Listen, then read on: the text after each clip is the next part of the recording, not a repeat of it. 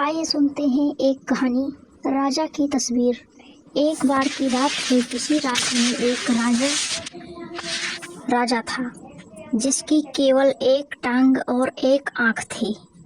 उस राजा में सभी लोग खुशहाल थे क्योंकि राजा बहुत बुद्धिमान और प्रतापी था। एक बार राजा के विचार आया कि क्यों खुद की एक तस्वीर बनवाई जाए। फिर क्या था, देश विदेशों से चित्रकारों को बुलाया गया और एक से एक बड़े चित्रकार राजा के दरबार में आए। राजा ने उन सभी से हाथ जोड़कर आग्रह किया कि वे उसकी एक बहुत सुंदर तस्वीर बनाएं जो राजमहल में लगाई जाएगी। सारे चित्रकार सोचने लगे कि राजा तो पहले से ही विकलांग है, फिर उसकी तस्वीर को बहुत सुंदर कैसे बनाया जा सकता है। ये तो संभव ही नहीं है, और अगर तस्वीर सुंदर नहीं बनी तो राजा गुस्सा होकर दंड देगा। यही सोचकर सारे चित्रकारों ने राजा की तस्वीर बनाने से मना कर दिया। तभी पीछे से एक चित्रकार ने अपना हाथ खड़ा किया और बोला कि मैं आपकी बहुत सुंदर तस्वीर बनाऊंगा जो आपको ज़रूर पसंद आएगी।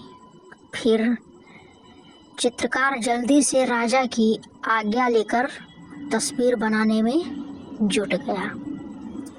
काफ़ी देर बाद उसने एक तस्वीर तैयार की जिसे देखकर राजा बहुत प्रसन्न हुआ और सारे चित्रकारों ने अपने दांतों तले उंगली दबा ली। उस चित्रकार ने ऐसी तस्वीर बनाई जिसमें राजा एक टांग को मोड़कर जमीन पे बैठा है और एक आंख बंद करके अपने शिकार पे निशाना लगा रहा है।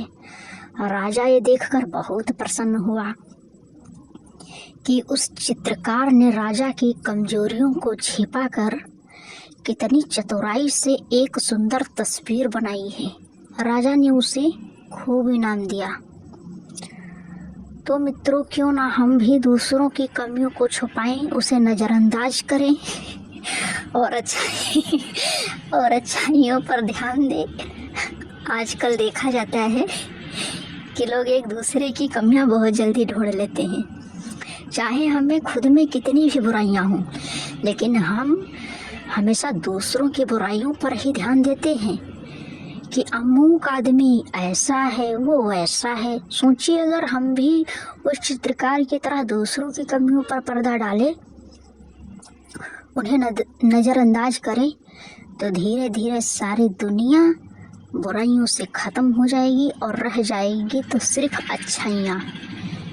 तो इस कहानी से ये प्रेरणा मिलती है कि कैसे हमें नकारात्मक परिस्थितियों में भी सकारात्मक सोचना चाहिए और किसी तरह हमारी सकारात्मक सोच हमारी समस्या को हल करती है। तो कैसी लगी कहानी, ज़रूर बताएं।